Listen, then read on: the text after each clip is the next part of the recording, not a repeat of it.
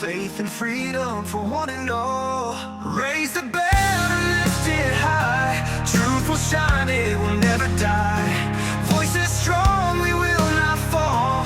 God and country, we stand through it all.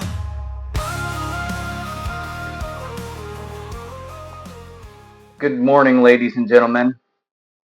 This is the first episode of the Red, White, and Truth podcast, which I was waiting to start until, I had all of the lights and all the glitz and the glam and a little better studio. But after what happened yesterday, I had to come on here. I couldn't stay silent.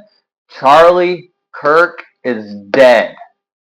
He has been murdered in cold blood in front of a crowd of people and on a college campus. And, there are already reports coming out saying things like the shooter blended in and he was of college age. And I don't know what of college age means. Many people go to college at many different ages. I'm assuming they're talking between the range of 18 to 26, 27, let's say.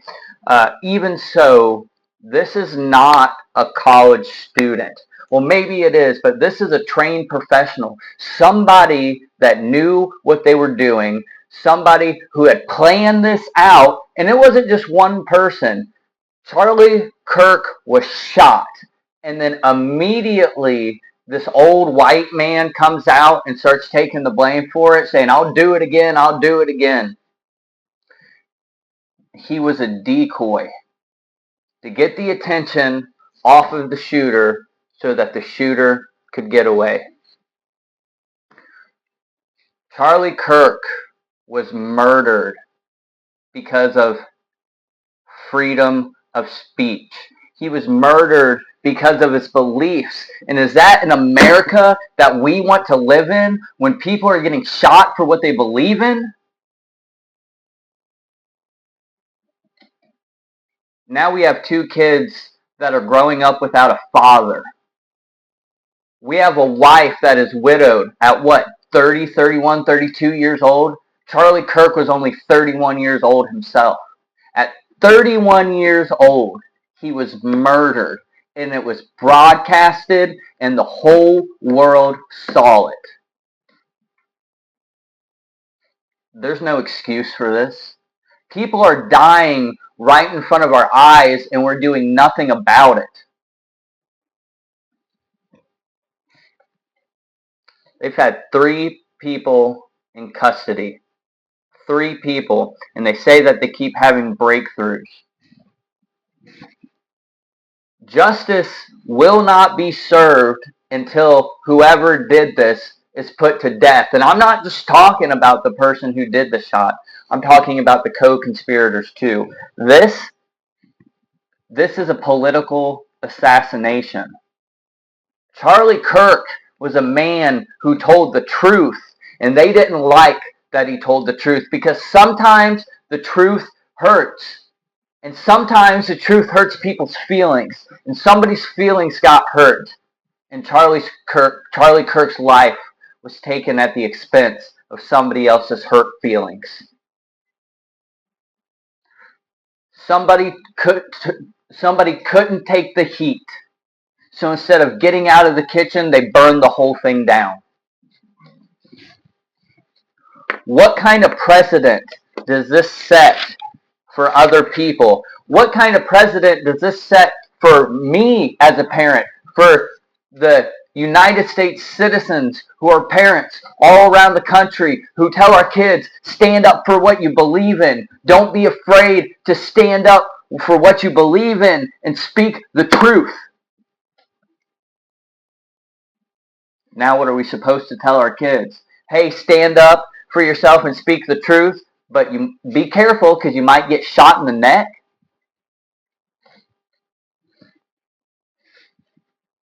Listen, that Ukrainian woman was stabbed on the train. Charlie Kirk was assassinated. There were kids at a Colorado school that were shot and wounded, and people that are killed senselessly.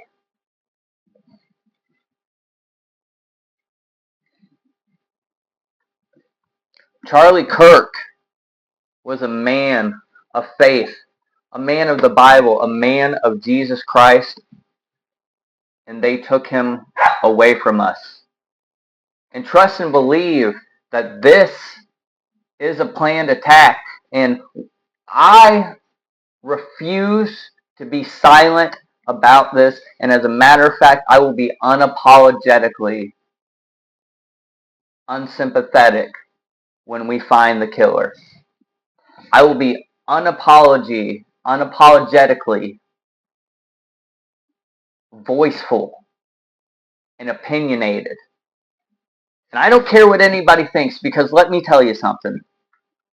Charlie Kirk was a man who wanted to help people. He didn't tell you, hey, you have a problem, go figure it out. He said, hey, you have a problem, I have a solution, let me help you through this. Turn to the Bible. Turn your life to Jesus Christ and your problems will be fixed. It might take some time.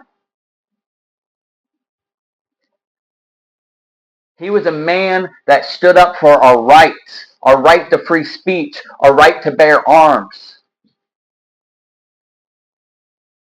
This is a man that they wanted gone because he started getting too popular. He started to become too viral, and they were scared because America was starting to wake up, at least some of us, because there are still people out there who are celebrating the death of an innocent human being.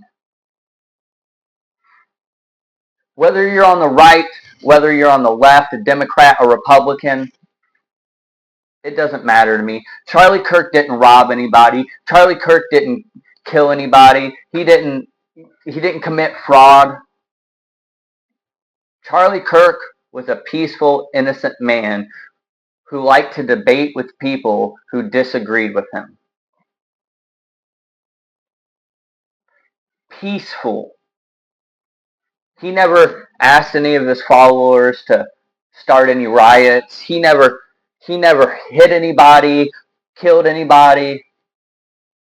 He was an innocent human being, an innocent United States citizen, the people that we are supposed to protect.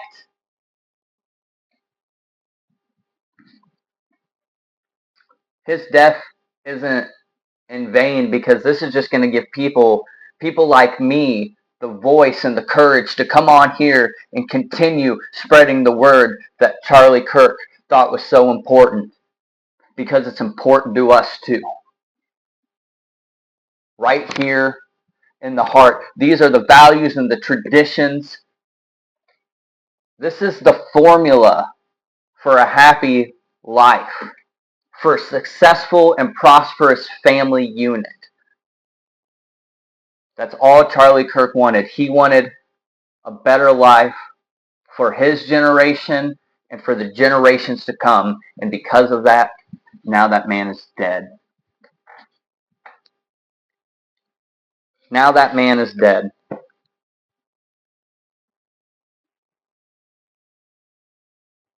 Charlie Kirk, brother, I just want you to know that we will not let your voice become voiceless.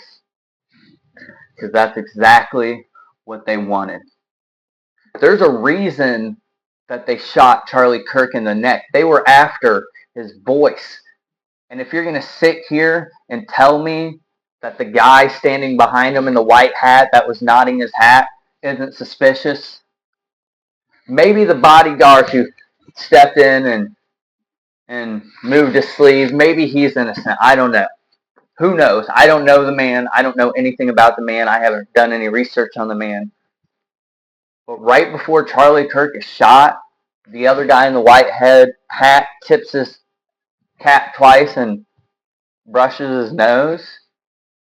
I mean, how much more obvious and in plain sight can you get? They're not even trying to hide it anymore.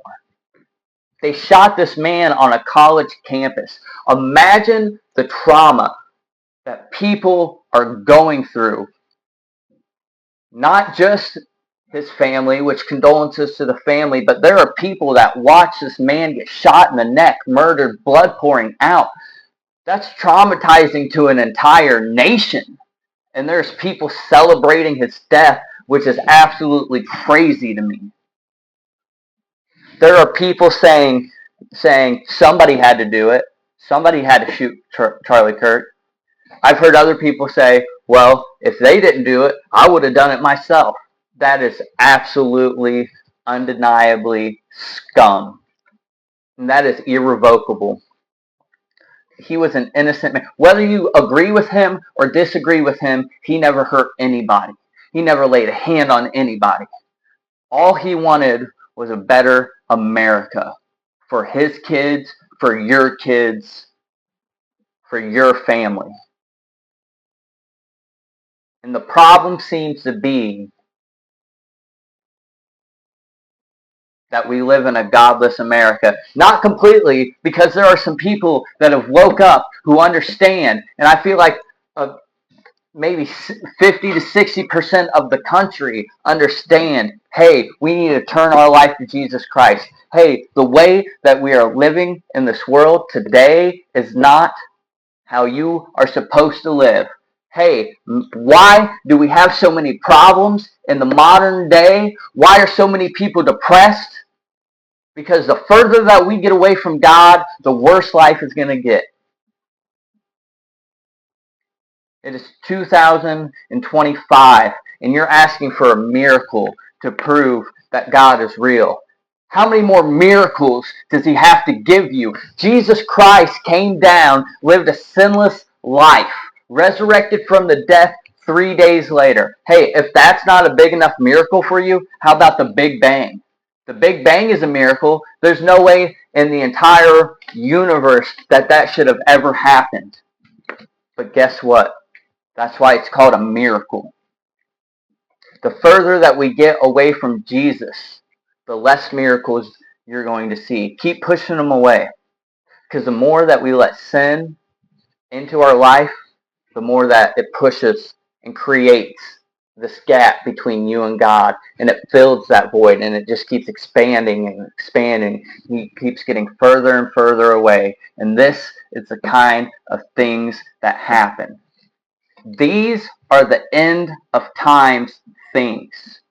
Read your Bible. Things aren't looking good for us.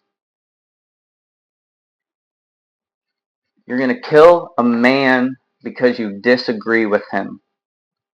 In a country that was founded on the belief that you should be able to speak the truth and you should be able to do it freely. And you should be able to say whatever you want, whenever you want. The freedom of speech, the freedom of religion, the freedom of press. People, he wasn't just killed for freedom of speech, for what he was saying.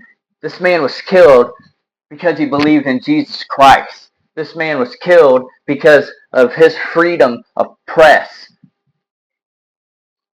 He was a man that quoted the Bible, a man that knew the Constitution, that knew our country, that knew the laws. And now he's gone at 31 years old with a 3-year-old daughter and a 1-year-old son. Can you imagine telling your wife, your husband, hey, mom, dad, they're never coming back home? Could you imagine somebody telling your grandparents, hey, you lost your son or your daughter, they got shot in the neck today?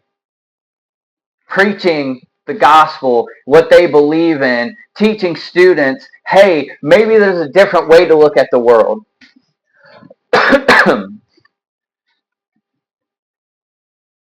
Charlie Kirk,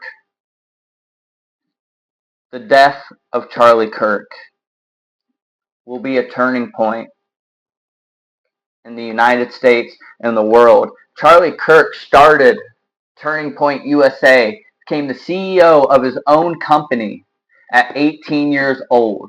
And how ironic now, his assassination will be the turning point of the United States and politics themselves.